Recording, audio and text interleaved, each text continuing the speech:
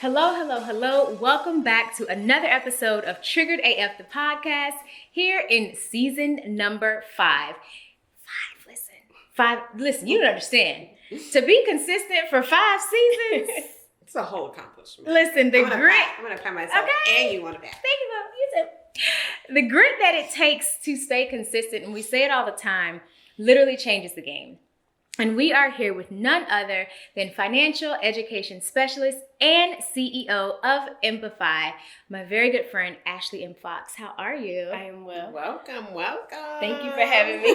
Yes. I am so excited to have this conversation because I always tell y'all, we literally have some of the most dynamic humans on this side of heaven that come on this show, and Ashley is no different.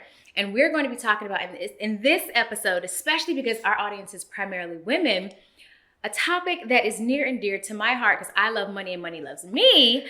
We're talking about monies. But in this conversation, Money Worships Me, we are talking about many of the ways, especially in the Black community, that we don't position ourselves necessarily to leverage our money in the most positive ways. That was real politically correct, right? Mm-hmm. Good. Okay, that's good. We'll start with that. We'll start politically correct. It'll get a little more earth side in a little bit. But no, we always want to dive right in because this is such a great conversation and such a necessary conversation to have, especially for Black women. So I'm super, super excited.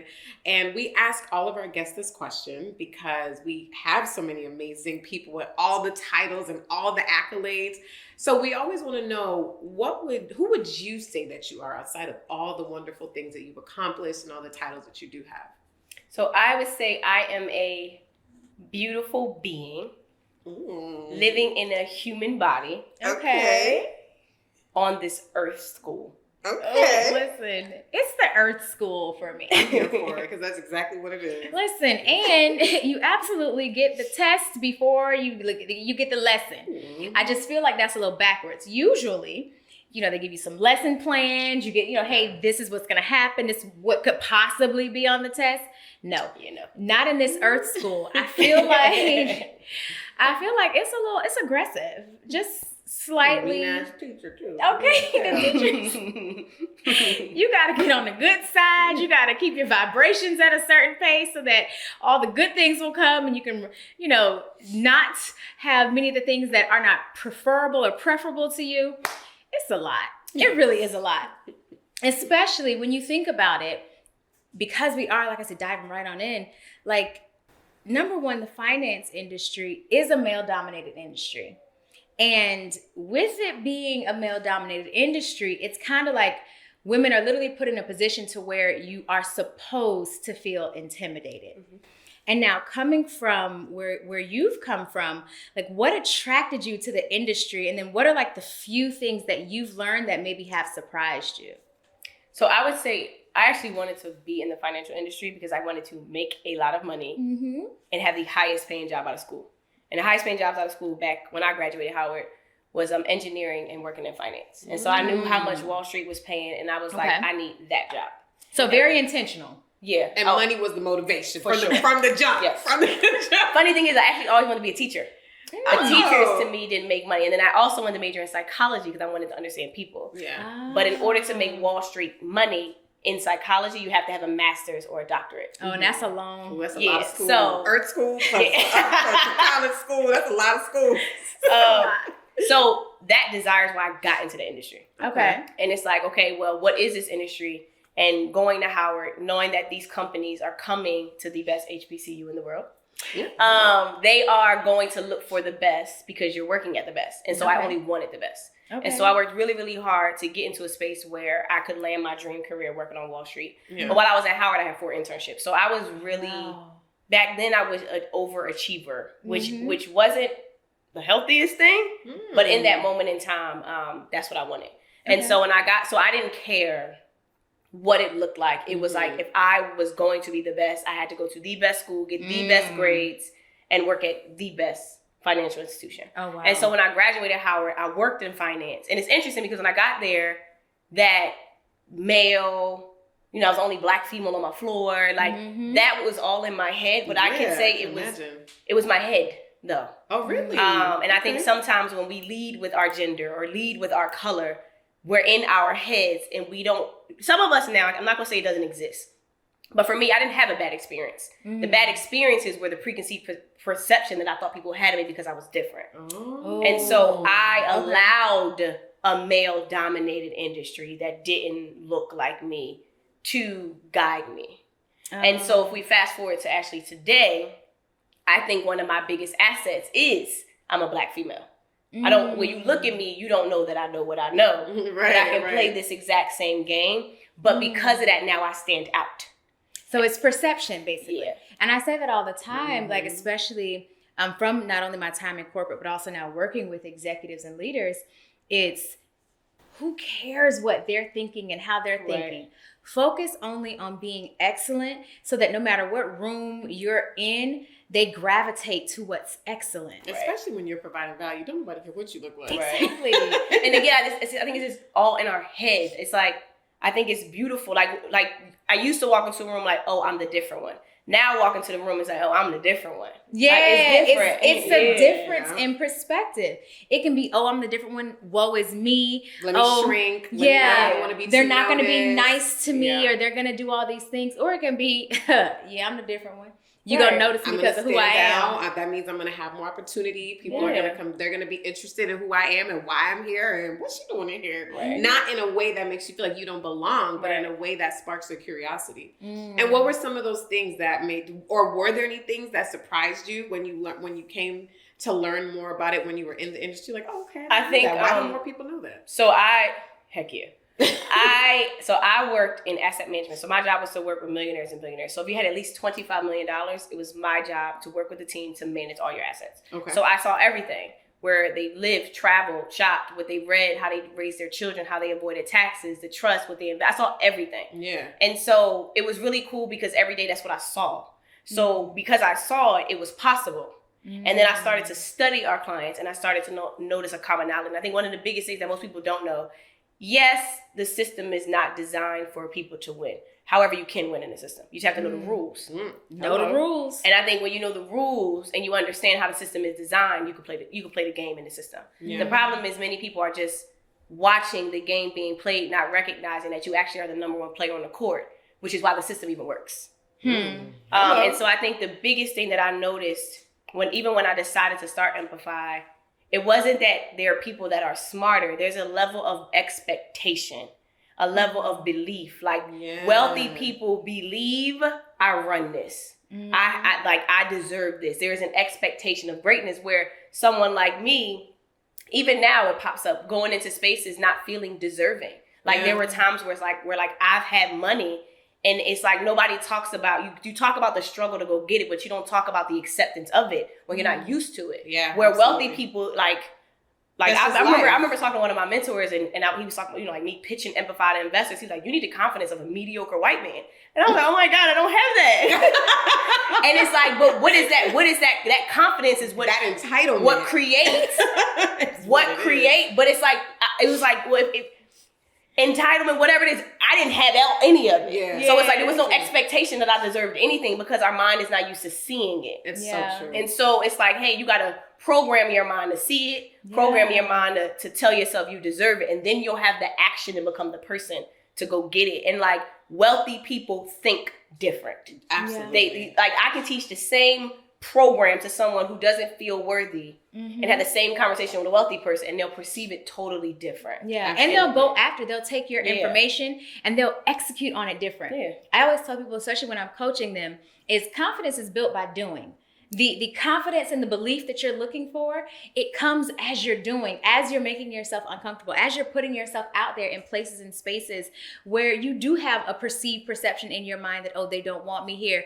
Who cares? Right. Go anyway. But nobody can change that but you. That's a reprogramming of your brain. Absolutely. And even knowing that there's more out there. I think that's the most important piece for people to kind of really pick up on is seeking out what that looks like and knowing that that's a possibility in the world. I always say there's always worlds within worlds. Like you ever talk to somebody that's like super into, I don't know, like a video game, and there's like a video game community, and they meet up and they play, and it's like that's their world, and that's all they care about, and it's like, who does this for real? You know, they do this for real. But that's how I feel about like wealthy people and people who are like really getting to it. It's like there is a world where the thinking is different, the dress. It's like you don't even know unless you know. It's different, but it's interesting because the way I describe, so like I created Empify to be a universal language, where I'm able to translate the knowledge, the Wall Street knowledge,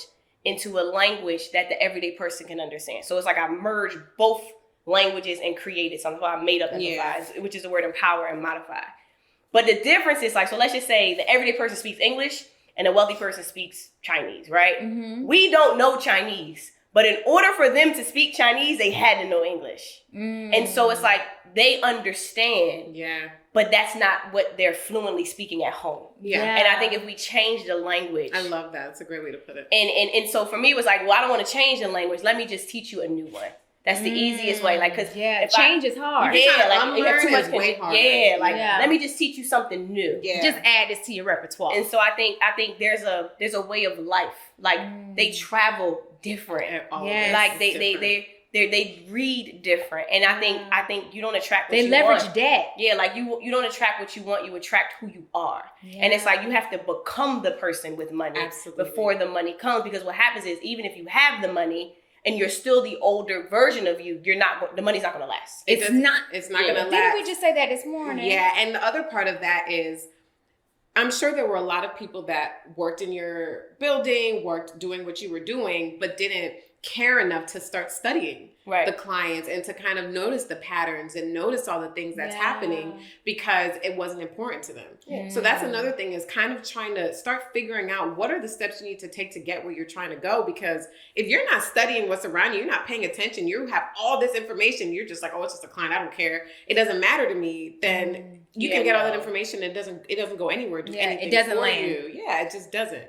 So I love that. And my other thing with you is, because y'all have to go to Ashley's Instagram, which she will tell you at the end of the show, and watch her hundreds and hundreds of Instagram videos where she just does such a good job of doing what you say, like translating financial talk and like helping us understand. Because you say something, I'm just like, oh, okay. And I like send it to my husband. I'm just like, babe, you need to look at this because this is good. And he's like, yeah, I know, this is great. I love this. So it's one of those things where a lot of times people are not comfortable talking about it. But what's interesting is even when somebody watches my video, I'll get, you make it sound so easy. And I'm like, but no one told you it was hard. Yeah. You said it was hard. Know. You decided that it was hard. I'm not a mom, but like no one tells you how to be a parent. You just do it and you accept like this is who I am now. It's like you have to accept this is who I'm going to be. And I need to figure it out. And I have to figure out. But that comes with confidence. Yes. You have to be willing. It's either you have no choice. But we have a choice. We can choose to not have money. But you can't choose to not be a parent. You know, like so you it's people always say like you make it sound so easy. I'm like, but it is. Like I just understand you. So I know what's stopping you. I know what scares you. Yeah. And I'm able to combat that in a loving way so you're able to receive it. That's it. And that's the part that is a lot of times I think super difficult for people. Because people will be drowning in finances and they feel so much shame around having financial issues. You won't ask for help. I mean, I think we were driving past and we saw some homeless people under the bridge and we were just like, oh, what gets you here? Mm-hmm. And aside from maybe drugs or any kind of mental illnesses they may struggle with, I'm sure pride you could sprinkle some of that in there for people that don't want to go ask for help, don't want their families to know that this is how they've ended up because of that shame around money. So I kind of want you to talk a little bit about how you learned to be so comfortable with talking about it. Obviously you understand it now, but was there like a process of you getting to a space where it's just like, oh no, we can talk about this and I'm not gonna shy away from it because it makes you uncomfortable. Interesting. So one, I didn't know about money until I lost everything. Because so much of my identity was built upon my resume. Like, hi, I'm Ashley Fox. I graduated from Howard. I work on Wall Street. Like, you just say that. Like, they lead headlines and articles. Like, that you already have a definition of Ashley Fox, and because she worked on Wall Street. And so I would hide behind my light. But deep down inside, I was still broken. But the difference is, in this world at least, you are celebrated for success. Absolutely. When no one can see the brokenness inside of you. So I masked that part of me that was hurting or that thought I wasn't good enough. And so I would achieve. But deep down, I was never happy with my success, which is why I was addicted to getting it. But deep down, I wasn't happy. And so I think it got to a point when I ended up, but I do believe, now that I'm like thinking through my story, there were points in me where I'm like, I deserve to be that client. Like, even though I'm that only Black girl, I'm just an analyst, like, I don't really have a lot of money compared to these people. Something inside me was just like, I'm on the wrong end of the table.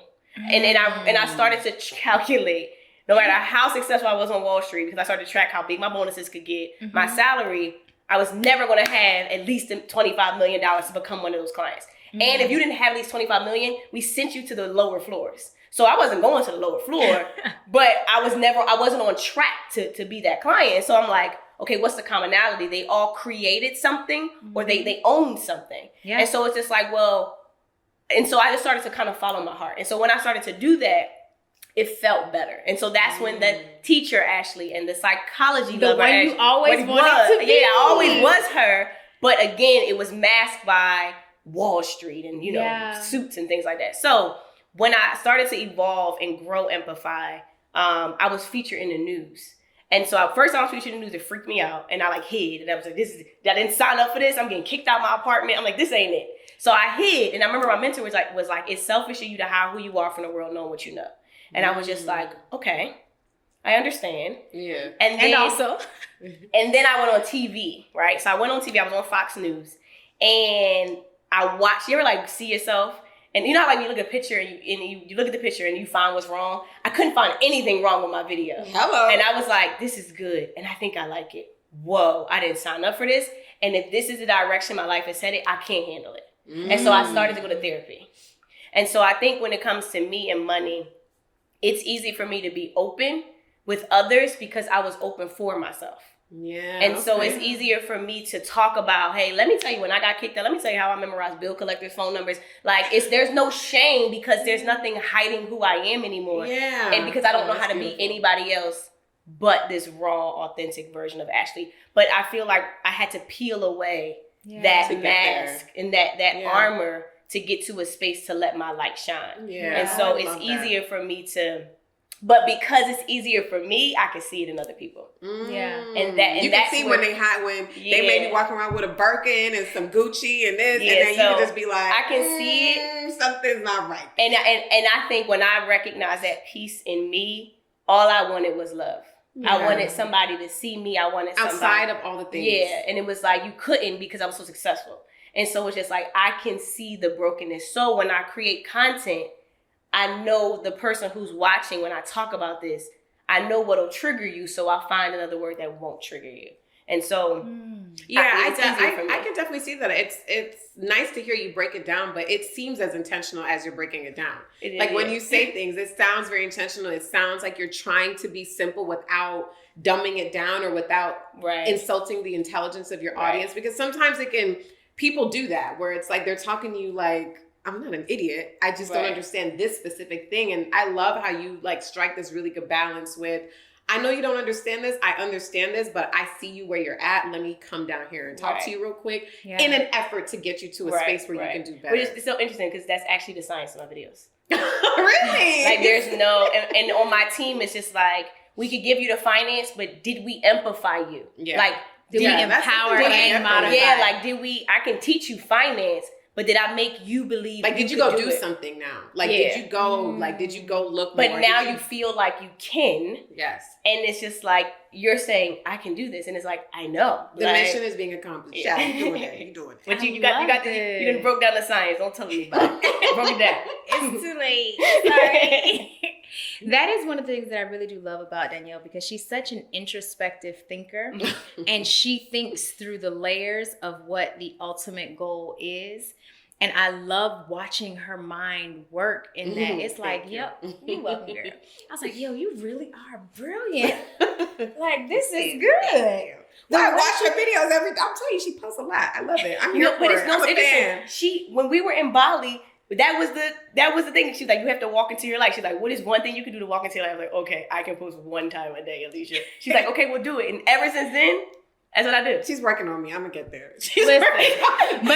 But here's the thing. Once you start posting, what happened? Like, I went viral. Your whole life everything changed. changed. Everything so changed. Yeah. Everything changed. Like, listen, post it good, post it bad. Just get in the habit of doing something consistent. Yeah. Yes, because here's the thing. Our gifts are not only for us. Absolutely. And you do a major disservice to those who you were sent to help, to transform, to empower and modify when you refuse to share your gifts. Absolutely. Share your gifts. True. Yeah. Share your gifts. She's talking to me, y'all. But she's talking to me. See, like, I'll look at my old videos and I will be like, you're being mean. Like, because you have to recognize people they're hurt. It's so sensitive. Yeah, and There's it's like so much hurt around you money. can't speak to people, you gotta speak into them, and you can't because I'm real like, I could come at you, but it's just like, no, like what is different. I can see how the reactions in the comments from when I'm coming from that space. Oh yeah, it's different because it's less intimidating. Yeah. People are so intimidated by money or people who talk about money, and people don't trust people who talk too much about money. Yeah. So it's a very delicate balance to like have them trust you, and it's great. I love it. And I love the fact that you said you have to not speak to people, but speak into people. Like that for me is powerful, especially because Black people only own about 2%. And you correct us if we're wrong, but Black people only own about 2% of all stocks in the U.S. Yet our spending power in 2021 was estimated at like 1.6 trillion with a T. Which was a record. It's usually like 1.2. T is in Thomas. While our net worth actually declined by 14%. So why do you think that is? And like, what are some of the steps that can be taken to help our community become more fiscally sound? Because we could run up a check. We don't have no problem with running up the bag. We like that. Listen, we can run up a check. But how do we take our desire to spend and put it in ways that will allow us to still buy the things we want, but do so with our income producing assets maybe? Like what's your suggestion? You the expert. I think we have to let go of who we have been. Right? Okay. When you think about how you were raised, you were taught to go to school, get a job. You get this job, you pay for school. You get good benefits, right? Mm-hmm. You save your money. You buy a house. Yeah. I think getting a good job, having a degree, saving, and buying a house is great, but you can't stop there. Okay. And when you think of like the people who truly have wealth in this country, a lot of them didn't go to school. A lot of them didn't own a home in the beginning, and even if they did, that's not why you know them to be wealthy. No. And they don't save. I can tell you now, our clients, if they have money in a savings account or just an interest-bearing account, we were trained to take it and figure out what we could do to invest it. Mm. And having your money just sit there is not cool like it was in the 60s and 70s, even in the 80s and 90s. Mm-hmm. I mean, we're in an environment where inflation is rising. You know, we're talking 8-9%. Exponentially. The cost of living is going up, but companies aren't raising the salaries for the people who are spending Correct. the money. Yeah. So I think it's more psychological, but I think we also too don't value paying ourselves. Like the moment we get paid, we feel obligated to pay bills, right? So first thing, we focus on bills. That's why we always have bills, right? We're not focusing on creating wealth. We're focusing on the fact that we don't have it and bills. So we are only going to get more of where we place our energy. So all I have is so many bills. That's exactly why, because that's all you have allocate your time and your energy to, these bills. Okay. And so when we make money, we value, I'm going to make sure my rent is paid. I'm going to make sure I pay myself. I'm going to go to the bar. Like everyone gets paid except for you. Yeah. And so you wonder why don't I have money? It's easier for us to blame the system, which in fact has not been designed for a lot of people to succeed. So I always tell people, you got two options. You can accept the system for what it is, learn the rules and win in it, or you can leave. You can go. But if you choose to stay, complaining about it is not going to allow you to express the creativity and take the actionable steps you need to win within it. Girl, you better preach. You can't do both. Yeah. So if that's the case, you got to first recognize you value everyone else but you. Yeah. And it's okay. We have to spend money. But the problem is, it's interesting because I had a conversation recently, like where we get so angry at the rich and not realizing, like, we actually can't live without them. Like if you think about the richest people, like we talking about like a Steve Jobs. I don't know, no offense to my Google users, Android users, but I'm a loyal iPhone. Like I have no doubt what's like, and there are people with AirPods, watches, like they all have Apple products. And it's like, we're not leaving that brand. We're loyal to that brand. Yep. Loyal as hell. We value Apple more than we value ourselves, but we can't live without that phone. If we think about Amazon, I just bought ketchup on Amazon yesterday. Ketchup. It's crazy. Like, it's crazy. And while you can be angry at those for whatever they do, it doesn't matter. You can't live without it. Yeah. And then you think about Bill Gates. You got Microsoft. You know, you have the Googles. Like, there are companies that are out there that billionaires run that we can't live without. Yep. And all I'm saying is you might not want to quit your job like me, start your business, fall on your face. You may not want to do that, but that doesn't mean you can't own a piece of these companies that these billionaires created. You got to get to a space where you get out your feelings and focus on your family's last name and legacy is more important than your feelings towards America. Mm-hmm. And again, you have every right. So it's not to discredit anybody's feelings, but you got to sit here and say and recognize what matters to you. My family's legacy matters. I'm the last person in the Fox family that will ever have to borrow money from a bank to go to college. I'm the last person in my family that's going to have to get kicked out of her apartment because she doesn't have money to start her business. That's not happening. But with the clients that I work with, that didn't happen. It was a standard. We create trust fund babies. I avoid taxes by making trust fund babies. So it's like, how do we change that way of life? But in order to change that way of life, you have to change your way of thinking. Yeah. And I think we have this, I'm going to save money. Good luck with that. Like, you can't save or work your way to wealth anymore. It doesn't work. It's not. It doesn't. And so you have to recognize you can create. Yeah. You can, but now you don't have to. And I always tell people, there's only two ways to build wealth in America. You invest in your own idea or somebody else's idea. Not everybody wants to start their own idea. Now, I'm not trying to tell people to go start a business because it's not as sexy as they think it is. That is a definitely it's not key. It ain't for everyone. It's not. Everyone is not an entrepreneur. But if that's not your route, go invest in somebody else's idea. Yeah. Because there's a lot of $1 billion, $1 trillion ideas, and you can do that by buying a stock. And it's a lot easier to own stock in these companies compared to starting your own business. Mm-hmm. It's a lot easier to buy a stock than it is to invest in some brand new startup. Like, there's certain, some of these stocks, I don't know if there's any expensive stocks anymore. Now that Google and Amazon have split, we got some of the best companies in the world, less than $200-$300. And we spent more money with these companies on a daily basis. Yeah, because how much is an iPhone right now? What is it? Over $1,000. You see, I don't know. Apple stock is less than $1,200? Apple stock is less than $200. No, I'm saying the phone is $1,200. Right, over $1,000. The stock is about $200. No, it's less than that. Girl. It's less than $200. We're in a recession, baby. You see,